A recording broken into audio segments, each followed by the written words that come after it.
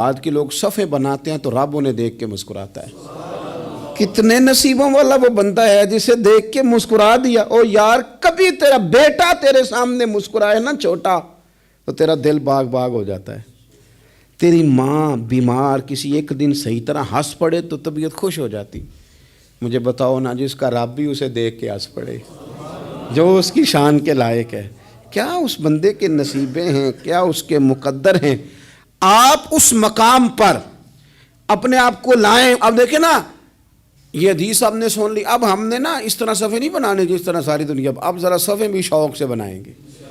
آپ ذرا تھوڑا سا شوق پیدا کریں گے. بھئی یہ تو میں وہ کام کرنے لگا ہوں جسے دیکھ کے رب مسکراتا ہے. نبی پاک صلی اللہ علیہ وسلم نے فرمایا جب کوئی بندہ توبہ کرتا ہے نا, ہم توبہ کا رٹا لگاتے ہیں, یا اللہ میری توبہ یا اللہ. اور توبہ کا تو مطلب یہ ہے کہ پچھلے گناہوں سے پکی توبہ, آج کے بعد یہ غلطی نہ کرنے کا پکا وعدہ. تو نے ساری شب برات رو کے گزاری ہے, بتا سویرے جھوٹ جوڑنے کا ارادہ ہے تیرا؟ آج کے بعد رشوت تو نہیں نہ لے گا, ملاوٹ تو نہیں نہ کرے گا, یہ توبہ ہے. اور اگر سارے کام اسی طرح کرنے تو پھر یہ توبہ کا رٹا ہے, تو جتنا مرضی لگاؤ. حضرت علی بن ربیعہ رضی اللہ تعالیٰ عنہ فرماتے ہیں میں مولا علی کے ساتھ تھا, مقام حرہ کی طرف جا رہے تھے. حضرت علی نے ہاتھ اٹھا کے دعا مانگی ہماری تعلیم کے لیے, ورنہ حضرت علی ہم صحابہ کو محفوظ عن الخطا تو مانتے ہیں نا. ہاتھ اٹھا کے کہا اے اللہ ہمارے گناہ بخش دے, تیرے علاوہ کوئی معاف کرنے والا نہیں. اور پھر حضرت علی آسمان کی طرف دیکھا اور دیکھ کے نا حضرت علی بن ربیعہ کو تو مسکرائے. حضرت علی بن ربیعہ کہنے لگے حضور مسکرائے کیوں ہو؟ فرمانے لگے ایک دن میں حضور کے ساتھ اسی طرح آیا تھا, اسی طرح حضور نے دعا فرمائی تھی ہماری تعلیم کے لیے, اور پھر حضور مجھے دیکھ کے مسکرائے تھے اور فرمایا جب کوئی بندہ رب کی بارگاہ میں اس طرح استغفار کرتا ہے تو رب مسکراتا ہے, اور مسکرا کے فرماتا دیکھ لو میرے بندوں کو پتہ ہے کہ میرے علاوہ معاف کرنے والا کوئی نہیں. انہیں پتہ ہے, تم اس کی بارگاہ میں رجوع تو لاؤ, آؤ تو صحیح دو آنسو لے کر. اقبال کہتے ہیں کہ موتی سمجھ کے شان کریمی نے چن لیا, قطرے دو گرے میرے ار کے انفال کے. دو میں نے آنسو بہائے تھے تو اس کے کرم نے تو موتی سمجھ کے چن لیے. سنو نا حضور اس استغفار کو اللہ کو یار رات کو توبہ کر کے سونا چاہیے ہمیں. کچھ غلطیاں ہم کرنا نہیں چاہتے پر ہم سے ہو جاتی ہیں, کچھ دل ہم توڑنا نہیں چاہتے پر وہ ٹوٹ جاتے ہیں, ہماری مجبوری ہوتی ہے ٹوٹ جاتے ہیں.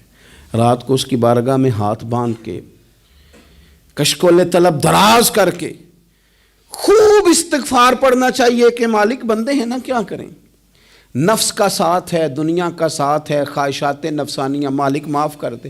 درد سے توبہ, رسم نہ ہو, کہانی نہ ہو, لفظ نہ ہو, جملے نہ ہوں, اور جناب ایسے لوگوں کے بیچ بڑے ہاتھ باندھ کے اور بڑا کوئی ضرورت نہیں.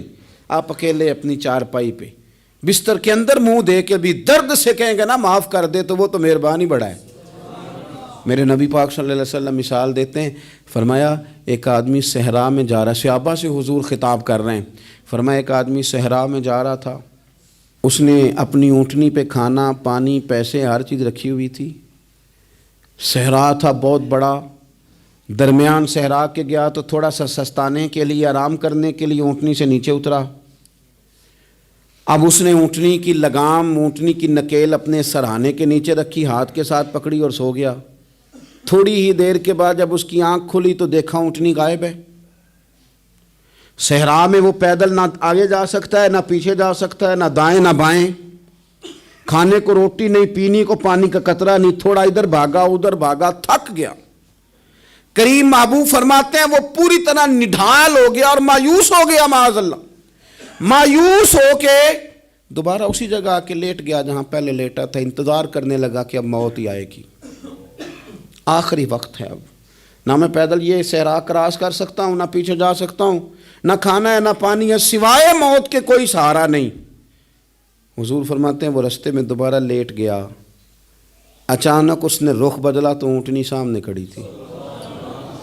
حضور نے صحابہ سے پوچھا بتاؤ نا اسے بھلا کتنی کو خوشی ہوگی؟ یا رسول اللہ جی سے نئی زندگی مل گئی ہے. آپ دیکھیں نا سارے ڈاکٹروں نے کہہ دیا کہ اس کے تو گردے معدہ جگر ہر چیز ختم ہے, گھر لے جاؤ خدمت کرو. ہر طرف پریشانی ہے. وہ بندہ بھی سمجھ گیا ہے کہ آخری وقت آ گیا, کل جاؤں پرسوں جاؤں, تیاری ہو گئی, سب لوگ آ گئے, باہر والے بھی آ گئے, یہ ماحول ایک عجیب رنگ اختیار کر گیا. اچانک ایک ڈاکٹر نے آ کے کہا نہیں نہیں غلطی لگ گئی تھی. مجھے بتائیے انداز کیا ہوتا ہے؟ بغیر دوائی کے بندہ اٹھ کے کھڑا نہیں ہو جاتا. او میں تو بچ گیا ہوں. نبی پاک صلی اللہ علیہ وسلم فرمانے لگے اس کی اونٹنی مل گئی. بتاؤ بھلا اسے کتنی خوشی ہوگی. یا رسول اللہ وہ تو دوبارہ دنیا میں آ گیا. حضور فرمانے لگے اسے کچھ بھی خوشی نہیں ہوئی. جب کوئی رب کا گناہگار بندہ آ کے توبہ کرتا ہے, رب کو اس سے کئی گنا زیادہ خوشی ہوتی ہے. میرا بندہ آ گیا ہے, میرا بندہ آ گیا ہے, میرے گھر آ گیا.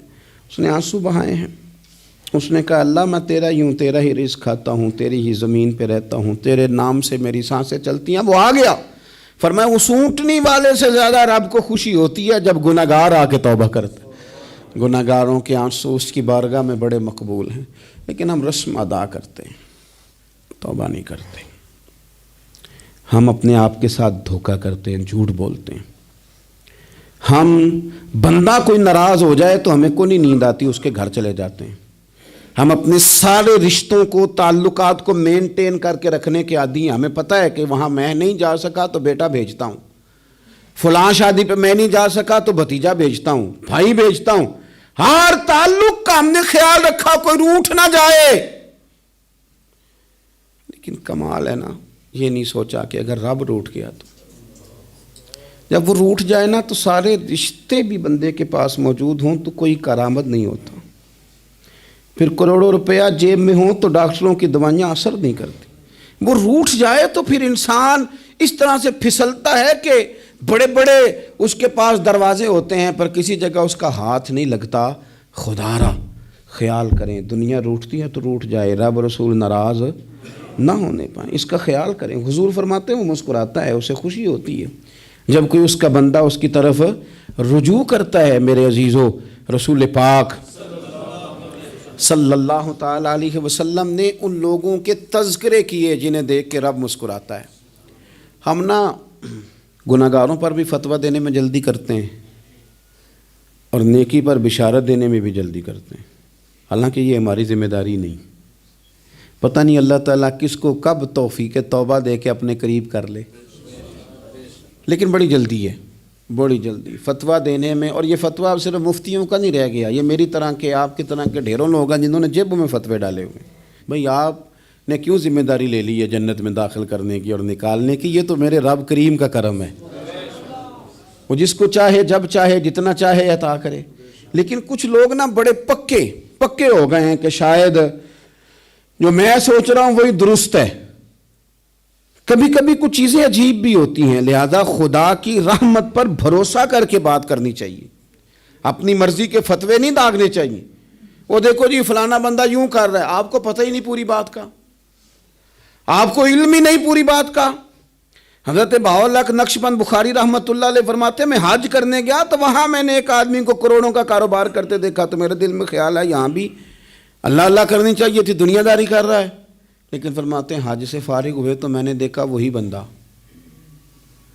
سارا کچھ رب کی بارگاہ میں خیرات کر رہا ہے اور سینکڑوں غریب حاجی ہیں جن کو پورے خرچے دے رہا ہے. تو میں نے وہیں اپنی سوچ سے توبہ کی کہ میں کہاں تھا. بڑی جلدی کھڑے نہ ہو جائیں. حضرت حسن بصری رحمۃ اللہ تعالیٰ علیہ ارشاد فرماتے ہیں کہ میں دریا کے کنارے گیا تو وہاں میں نے ایک شخص کو دیکھا, وہ اپنی ایک خاتون کی گود میں سر رکھ کے بیٹھا اور قریب ایک بوتل بھی پڑی ہے. میرے دل میں معاذ اللہ خیال آیا کہ دیکھو کس انداز میں ایک عورت کے ساتھ یہ ہے اور پاس بوتل بھی پڑی ہے, جانے شراب ہے. کہتے میں سوچ ہی رہا تھا کہ اچانک کی کشتی آ رہی تھی دریا میں, وہ ہجکو لے کھائے, کشتی میں 4-5 لوگ تھے, وہ دریا میں ڈوبنے لگے. وہ آدمی تیزی سے اٹھا, دریا میں چھلانگ لگائی, پہلے ایک کو نکالا, پھر دوسرا نکالا, پھر تیسرا نکالا. ایک بندہ رہ گیا, کہنے لگا حضور مجھے تو آپ نے گناہگار سمجھا ہے, میں تو بڑے غلط انداز میں یہاں بیٹھا ہوں, آپ نے جو سوچا چلیں گے چوتھا بندہ آپ نکالنا ہے, کرے نا یہ کام, کرے نا یہ کام. بڑے بھولے بھالے بڑے اللہ والے, ریاض آپ کو بس ہم ہی جانتے ہیں. اتنی جلدی فتویٰ. حضرت حسن بصری فرماتے ہیں میں پشیمان ہوا, میں نے کہا مجھے تیرنا نہیں آتا، تو دیر نہ کر، چوتھا ڈوب نہ جائے۔ کرتے اس نے چھلانگ لگائی، چوتھا بھی نکال لایا اور کہنے لگا حضرت آپ نے جلدی کی سوچنے میں۔